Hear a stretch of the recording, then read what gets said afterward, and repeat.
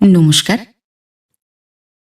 গল্পসঙ্গীর গল্পের আসরে আপনাদের সকলকে স্বাগত জানাই। আজ আপনাদের পড়ে শোনাব সাহিত্যিক হেমেন্দ্র কুমার রায়ের লেখা গল্প অভিশপ্তা।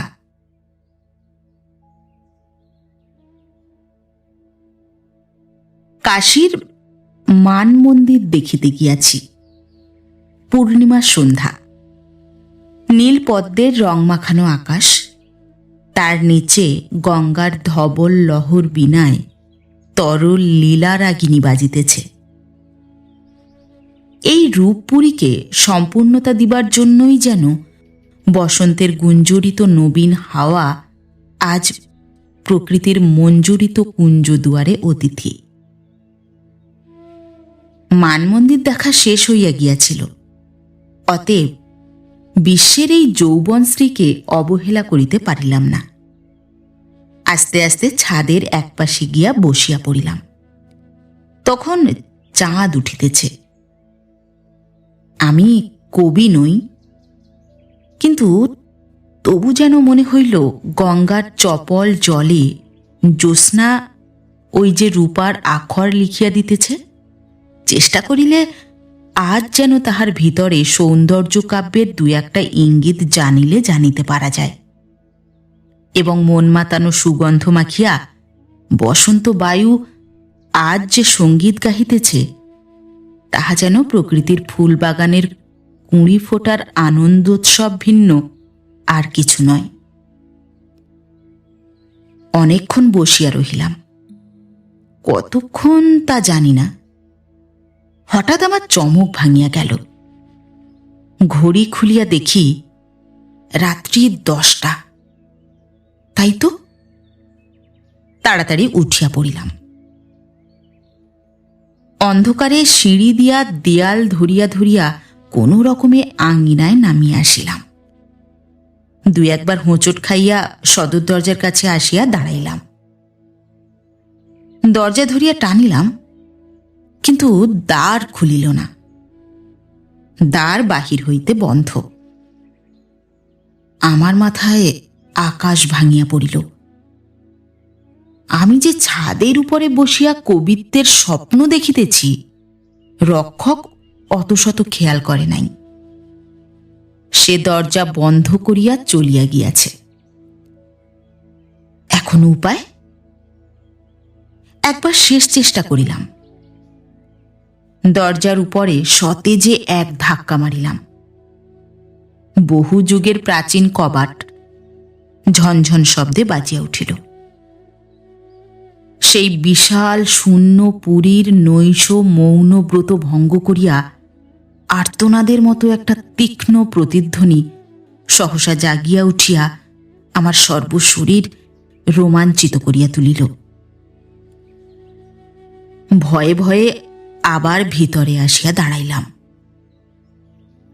প্রাঙ্গণের মধ্যে একটা বিপুল দেহ বৃক্ষ আপনার বিস্তৃত শাখা প্রশাখার ভিতরে খানিক আলো এবং খানিক অন্ধকার লইয়া দাঁড়াইয়া আছে।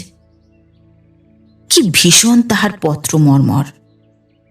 যেন সুদূর অতীতের দেহমুক্ত আত্মারা তাহার ডালে উপবিষ্ট হইয়া ঘন ঘন তপ্ত দীর্ঘশ্বাস ত্যাগ করিতেছে, এবং ওই যে তিমির গুপ্ত নিশাচর পক্ষীরা ঝটপট ডানা নাড়িয়া স্তম্ভিত স্তব্ধতাকে বিদীর্ণ করিয়া দিতেছে, স্থান ও কাল মাহাত্ম্যে বোধ হইল তাহা যেন অপর জগৎচারী আত্মা সকলের অস্ফুট মধুর ধ্বনি।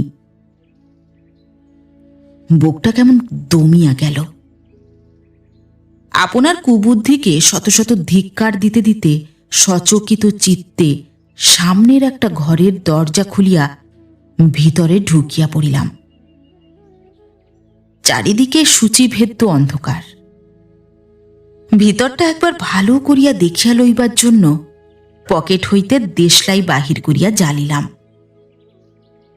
দ্বীপশলাকার ক্ষীণালোকে গৃহভিত্তির উপরে মোগল যুগের প্রাচীন কারুকার্য ঈষৎ স্পষ্ট হইয়া উঠিল।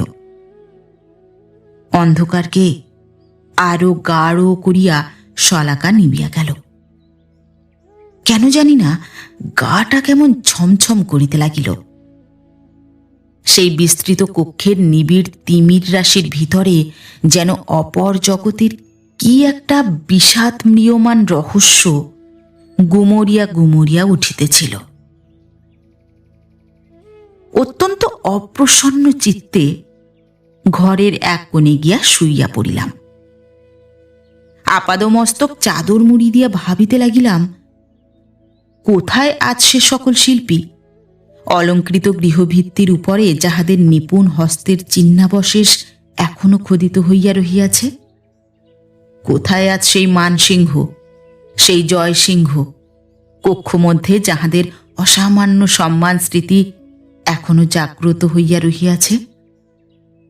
কোথায় সেই উজ্জ্বল অতীত, কোথায় সে রাজ ঐশ্বর্য?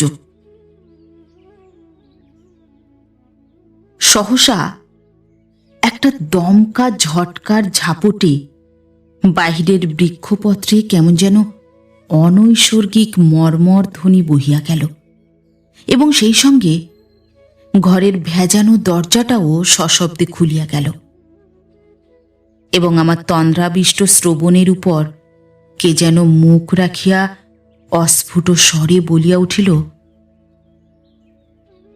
কোথায় ওগো, কোথায়? এক লাফে উঠিয়া বসিলাম এবং দেওয়ালের উপরে আড়ষ্টভাবে পৃষ্ঠ রাখিয়া দুই হাতে চোখ কচলাইয়া চাহিয়া দেখি উন্মুক্ত দ্বারপথে চন্দ্রালোক আসিয়া ঘরের একাংশ উজ্জ্বল করিয়া তুলিয়াছে। চারিদিক কি স্তব্ধ, আর আর সেই জনশূন্য প্রাচীন অট্টালিকার মধ্যে সে স্তব্ধতা কি ভীষণ! হঠাৎ মনে হইল ঘরের অন্ধকার দিকটায় কে যেন নড়িয়া চড়িয়া বেড়াইতেছে, যেন কার বস্ত্রের অস্ফুট শব্দ হইতেছে, যেন মৃদু ভূষণ সিঞ্জিত শোনা যাইতেছে, যেন কেহ ফুলিয়া ফুলিয়া চাপা গলায় কাঁদিয়া উঠিতেছে, যেন কেহ বুক ভরা দীর্ঘ নিঃশ্বাস ফেলিতেছে। কে সে? আমার দেহে কাঁটা দিল, মাথার চুলগুলা খাড়া হইয়া উঠিল।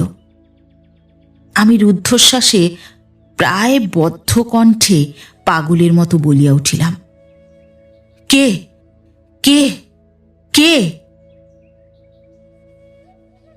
সহসা কাহার একটা অতি শীর্ণ ছায়া মুক্তদ্বার মধ্যগত আলোক রেখার মাঝে আসিয়া দাঁড়াইল।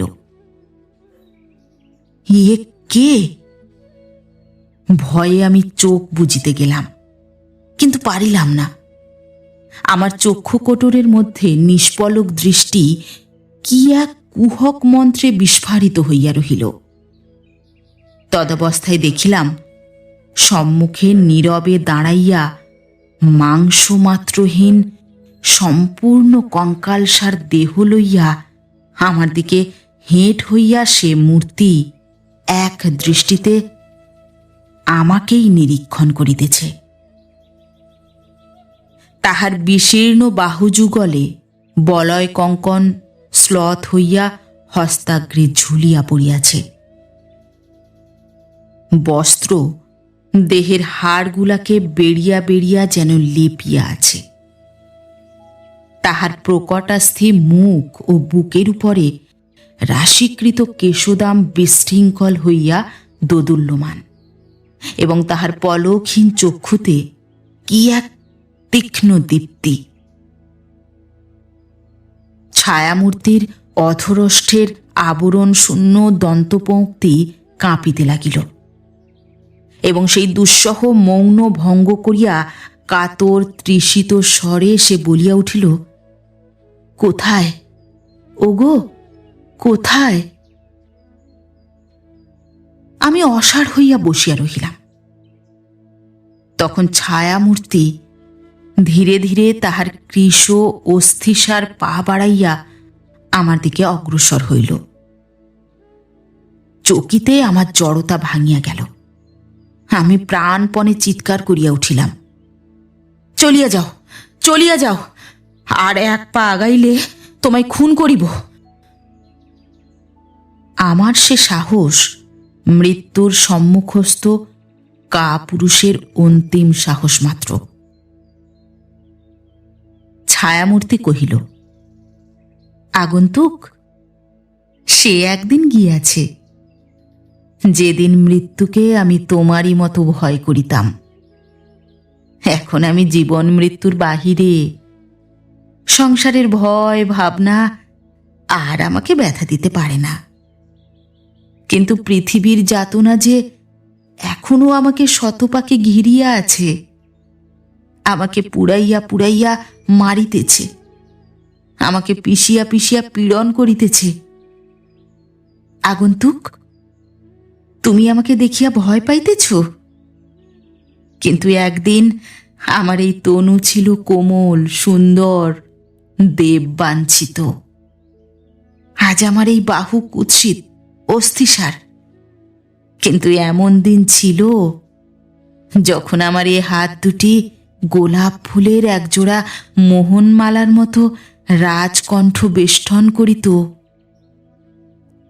সেদিন গিয়াছে আগন্তুক, সেদিন গিয়াছে, যেদিন এ দুটি চোখের সামনে পড়িবার জন্য শত শত উন্মুখ হৃদয় আবেগে ব্যাকুল হইয়া উঠিত। হায়, সে কত যুগ আগে, ওগো, কত যুগ আগে।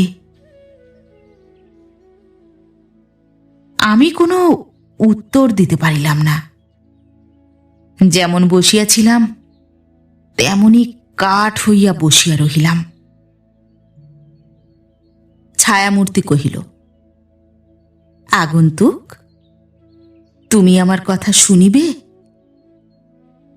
আজ কয় শতাব্দী আমার অভিশপ্ত দোসর হারা আত্মা এইখানে ঘুরিয়া ঘুরিয়া কাঁদিয়া মরিতেছে, দুটো দুঃখের কথা শুনাইবার জন্য।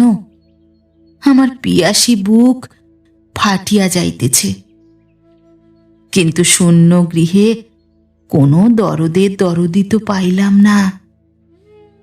তুমি শুনিবে আগন্তুক, তুমি শুনিবে? আমি কথা কহিবার চেষ্টা করিলাম, কিন্তু আমার মুখ দিয়া কোনো কথা বাহির হইল না। ছায়ামূর্তি তখন সেই দ্বার পথাগত পরিপূর্ণ জ্যোৎস্নায় বসিয়া পড়িল। তাহার অস্থি দেহ হইতে বিকট একটা কড়ক্কর শব্দ উঠিল। তাহার কেশদামের প্রতি আমার দৃষ্টি পড়িল।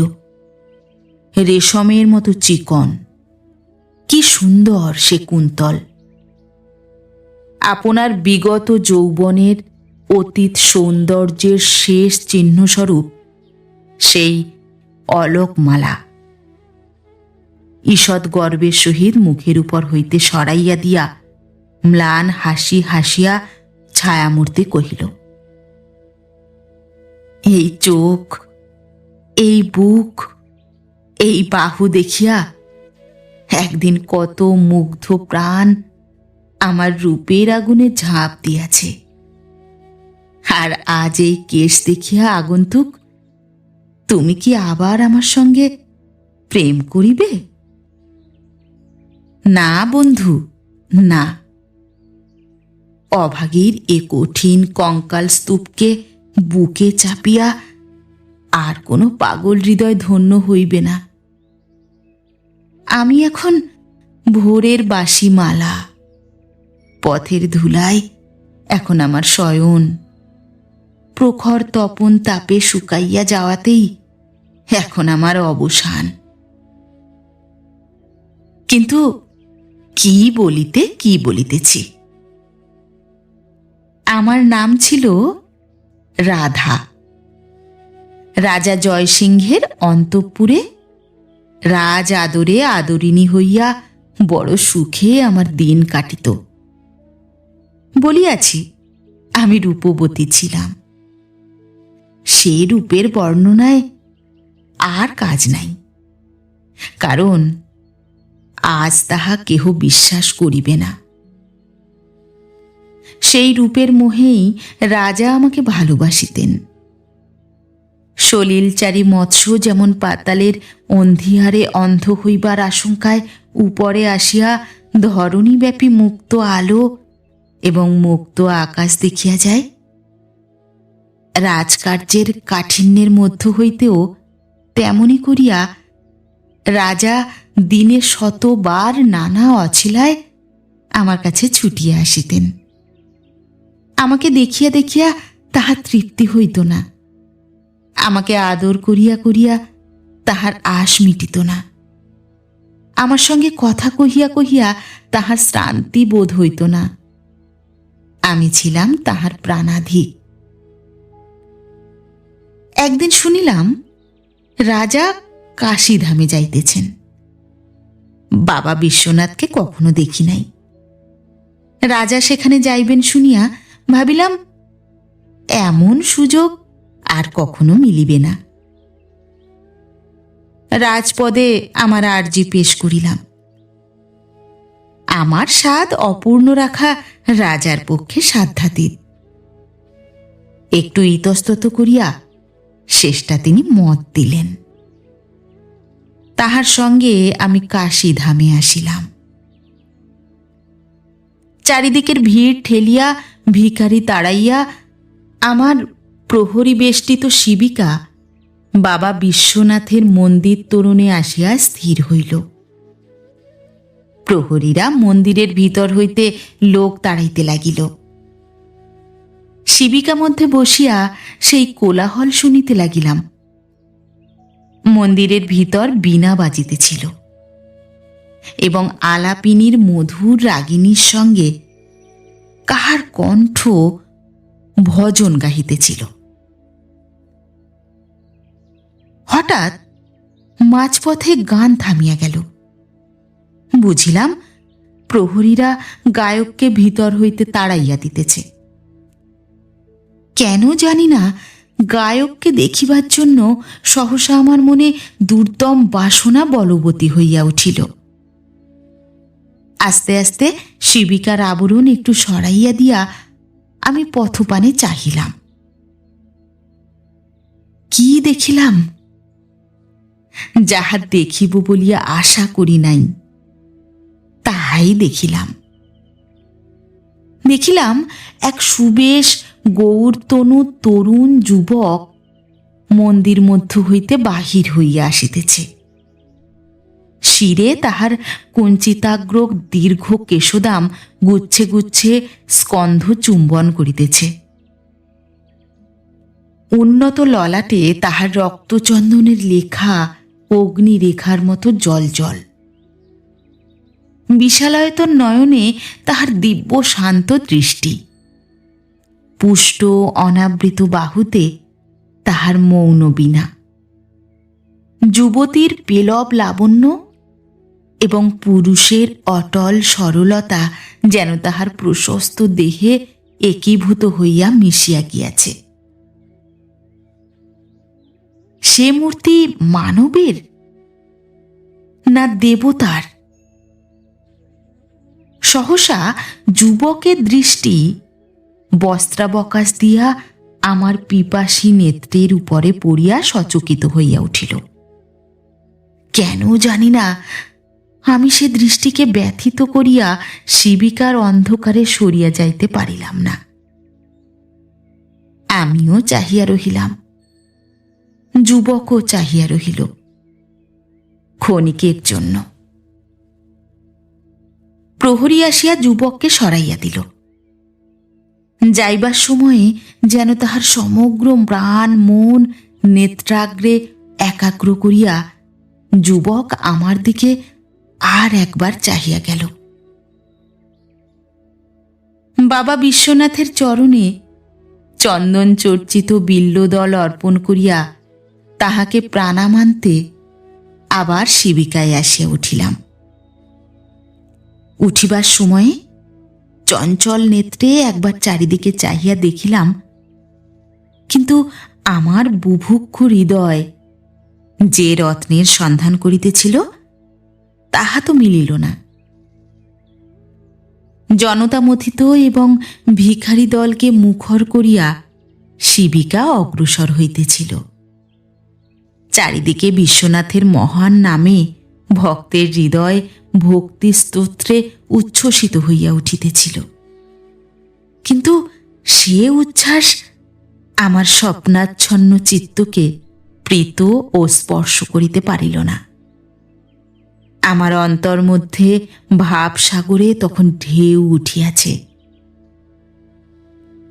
এমন সময়ে আমার সজাগ শ্রবণে এক পরিচিত প্রিয়ম্বর ধ্বনিয়া উঠিল, তেরি নয়না জাদু ডারা। মান মন্দিরেই মহারাজ আমার জন্য বিস্তৃত কক্ষ সাজাইয়া দিয়াছিলেন। অভিভূত হৃদয়ে অসুস্থতার ভান করিয়া শয্যায় আশ্রয় গ্রহণ করিলাম। শুইয়া শুইয়া তাহারই কথা ভাবিতে লাগিলাম। মন অন্যদিকে ফিরাইবার জন্য কত চেষ্টা করিলাম, কিন্তু আমার নিখিল চেষ্টা ব্যর্থ করিয়া নিভৃত মানস নেপথ্যে মন্দির পথদৃষ্ট সেই তরুণ সুন্দর মুখখানি বারংবার জাগিয়া উঠিতে লাগিল। পরদিন বৈকালে দাসী আমার কবরী রচনা করিয়া দিতেছিল। আমি শূন্য দৃষ্টিতে ওপারে, যেখানে ধবল শিকতা শয়নের উপরে গঙ্গা আপন জল ও বেণী লুটাইয়া দিতেছিল, সেই দিকে চাহিয়াছিলাম। এমন সময়ে আবার সেই কণ্ঠস্বর। তাড়াতাড়ি উঠিয়া গবাক্ষ সমীপে গিয়া দাঁড়াইলাম। দেখিলাম নিচে গঙ্গা তরঙ্গ চুম্বিত সোপান চত্বরে বসিয়া বিনা হস্তে সেই যুবক। যুবকও আমাকে দেখিল। তাহার আনন ঈষৎ আরক্ত, তাহার স্বর ঈষৎ কম্পিত হইয়া উঠিল। তারপর যে গান গাহিতেছিল তাহা থামাইয়া সে ভিন্ন রাগিনী ধরিল। সে গাহিতে লাগিল। আমি দাসীর দিকে ফিরিলাম। আমার আকস্মিক আচরণ দেখিয়া সে বিস্মিত হইয়াছিল। যুবকের দিকে অঙ্গুলি নির্দেশ করিয়া তাহাকে নিম্ন কণ্ঠে কহিলাম, উহাকে সকলের চোখের আড়ালে এখানে আনিতে পারিস? দাসীর উপরে আমার যথেষ্ট বিশ্বাস ছিল, কিন্তু আমার কথা শুনিয়া তাহার মুখ ভয়ে বিবর্ণ হইয়া গেল। আমি তাহার হাত চাপিয়া ধরিয়া আবার কহিলাম, কি বলিস, পারিবি? মহারাজ জানিলে আমার মাথা কোথায় থাকিবে ঠাকুরানী? তোর মাথা তোর কাঁধের উপরেই থাকিবে। মহারাজ এখন আসিবেন না। বল, পারিবি বাঁধি? 1000 আশরফি বকশিস। খানিক ইতস্তত করিয়া সে স্বীকার পাইল। অট্টালিকার গুপ্ত দ্বার আমাদের মিলন সাধন করিয়া দিল। যুবক আমার সামনে, আমি তার সামনে। চারিদিক স্তব্ধ। শুধু ভাগীরথীর অবিরাম কলতানে আমাদের মিলনের উৎসব সঙ্গীত ধ্বনিত হইতেছিল। যুবক আমার মুখ দেখিতেছিল, আমি তার মুখ দেখিতেছিলাম। উভয়ে নীরব। আকাশের বাতাস আসিয়া আমাদের প্রাণের সুপ্ত তন্ত্রীগুলিতে জাগরণের মধুর আভাস আনিয়া দিতেছিল। যুবক বলিল, আজ আমার জীবন সার্থক। আমি বলিলাম, আজ আমার নারী জন্ম ধন্য। অকস্মাৎ ঘরের দরজা খুলিয়া গেল। বিবর্ণ মুখে ছুটিয়া আসিয়া দাসী কহিল, মহারাজ আসিতেছেন, মহারাজ আসিতেছেন। মহারাজ, আমার পায়ের তলা হইতে মাটি যেন চকিতে সরিয়া গেল। আমার চোখের সম্মুখ হইতে পৃথিবীর আলো যেন নিবিয়া গেল। আমি কাঁপিতে কাঁপিতে গবাক্ষের পর্দার একদিকটা তুলিয়া তাহার আড়ালে যুবককে ঠেলিয়া দিলাম। তারপর তাড়াতাড়ি বিছানার উপর গিয়া বসিয়া কোনরূপে একটু আত্মসংবরণ করিয়াছি মাত্র। এমন সময়ে হাস্যমুখে মহারাজ গৃহমধ্যে প্রবেশ করিলেন। আমার ডান হাতটি আপন মুষ্টি মধ্যে গ্রহণ করিয়া মহারাজ নিম্ন স্বরে কহিলেন, পিয়ারি, তোমার কাছ থেকে দুদণ্ড দূরে থাকিয়া আমার মনে হইতেছিল আমি এক যুগ তোমাকে ছাড়িয়া আছি। বিপদ ভীত দৃষ্টিকে যথাসম্ভব কোমল করিয়া আমি বলিলাম, মহারাজ, দাসীর প্রতি আপনার অপার করুণা।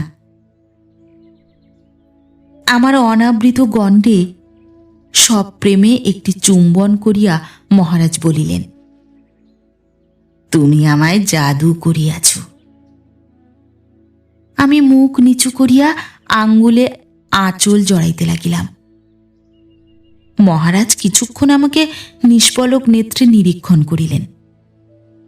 তাহার পর একটু চঞ্চলতা প্রকাশ করিয়া কহিলেন, উফ, ঘরের ভিতরে অসহ্য গরম। একলাটি এমন করিয়া এখানে তুমি কিরূপে বসিয়া আছ?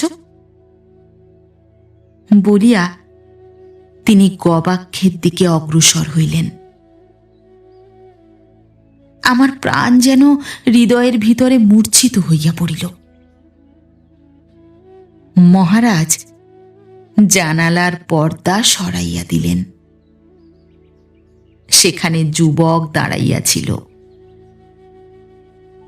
বিস্মিত হইয়া মহারাজ পর্দা তুলিয়াই আবার ফেলিয়া দিলেন।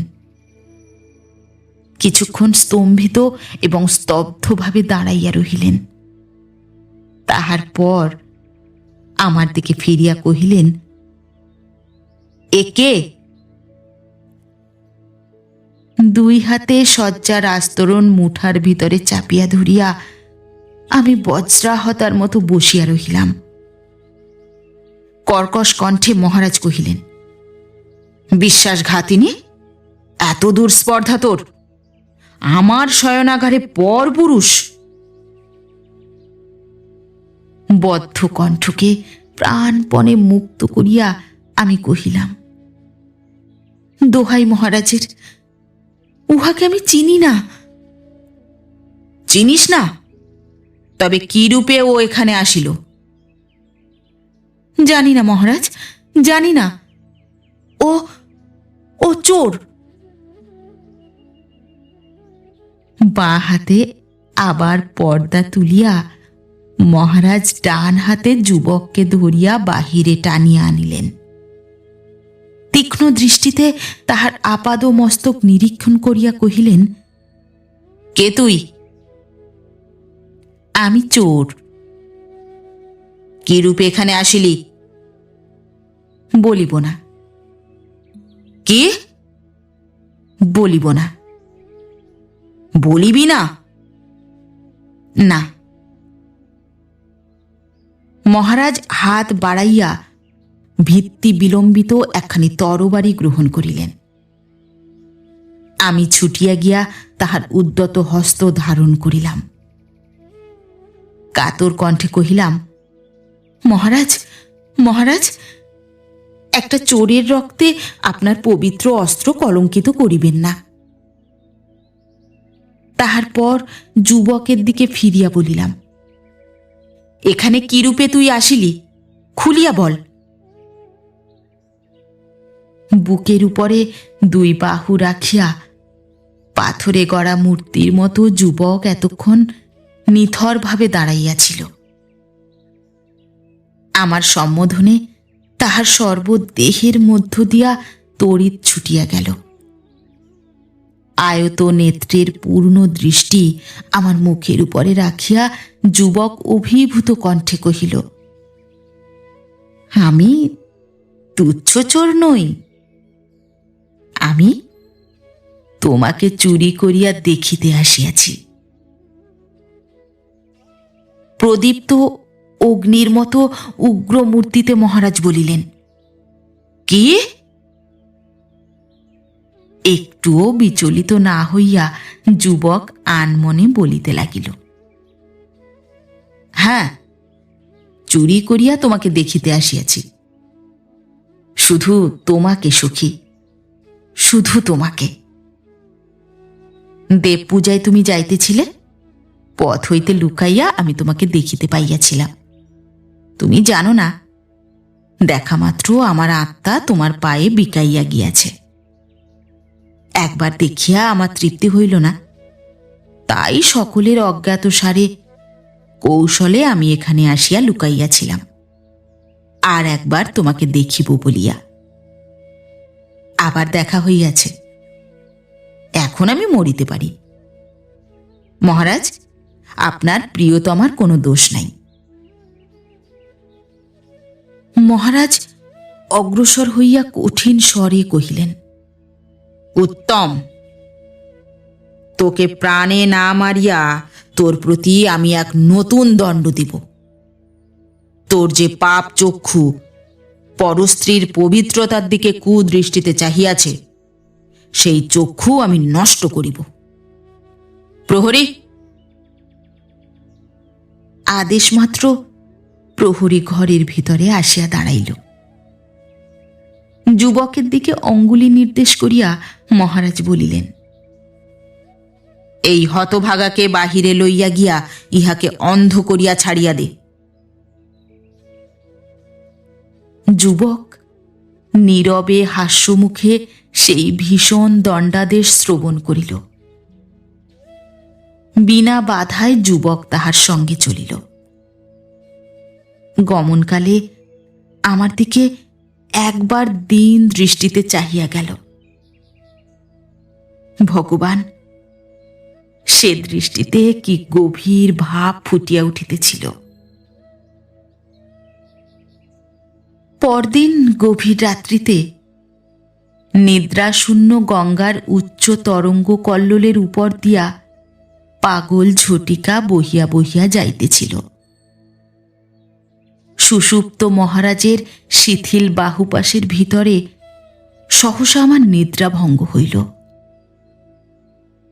দুম করিয়া গবাক্ষ কবাট খুলিয়া গেল এবং বহিঃপ্রকৃতির বিশ্বব্যাপী হাহাকার, বৃষ্টির ঝাপটা ও উদ্দাম বায়ুর সঙ্গে সে কাহার আকুল কণ্ঠ আমার ঘরের ভিতরে প্রবেশ করিল। সে কে গো? সে কে? তাড়াতাড়ি জানালাটা বন্ধ করিয়া দিতে উঠিলাম। হঠাৎ মেঘের কালো বুক চিরিয়া দেবতার অগ্নিময় ভ্রুকুটি ফুটিয়া উঠিল। সেই ক্ষণিক উজ্জ্বল আলোকে দেখিলাম ঝড় বৃষ্টির প্রতি একান্ত উদাসীন হইয়া সোপান চত্বরে বসিয়া সেই অন্ধ যুবক গাহিতেছে। একটা চিৎকার করিয়া তখনই মূর্ছিত হইয়া ভূমিতলে পড়িয়া গেলাম। তাহার পর প্রতি নিশায় তাহার হতাশ সঙ্গীত তীক্ষ্ণধার অস্ত্রের মতো আমার বুকে আসিয়া বিঁধিত। আমার সকল সুখ, শান্তি ও আনন্দ জন্মের মতো ঘুচিয়া গেল। আহারে বিহারে শয়নে স্বপনে সর্বদাই রহিয়া রহিয়া সেই যুবকের কথাই আমার মনে পড়িতে লাগিল।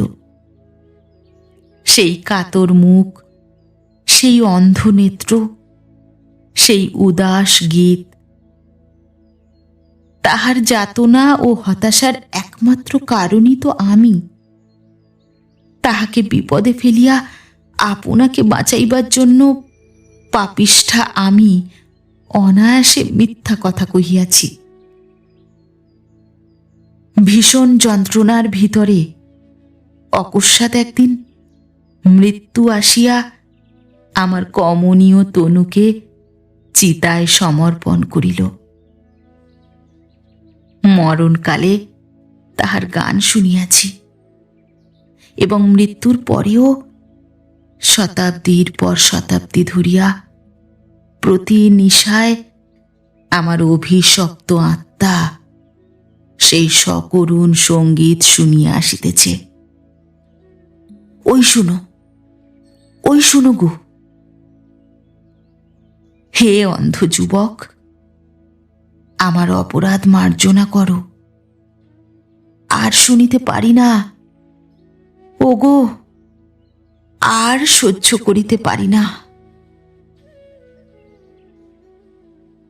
ছায়ামূর্তির কথা শেষ হইতে না হইতে হঠাৎ কাহার বিস্মিত কণ্ঠ শুনিলাম। কন হ্যায় রে? চকিতে আমার আচ্ছন্ন ভাব কাটিয়া গেল। ধর্মর করিয়া উঠিয়া বসিয়া দেখি পূর্ব চক্রবালে উষার ললাটিকা জ্বলিয়া উঠিয়াছে এবং একগোছা চাবি হাতে করিয়া মানমন্দিরের দারোয়ান সামনে দাঁড়াইয়া মূঢ়ের মতো আমার দিকে চাহিয়া আছে। কক্ষতলে কোথায় সেই ছায়ামূর্তি? আশ্চর্য স্বপ্ন।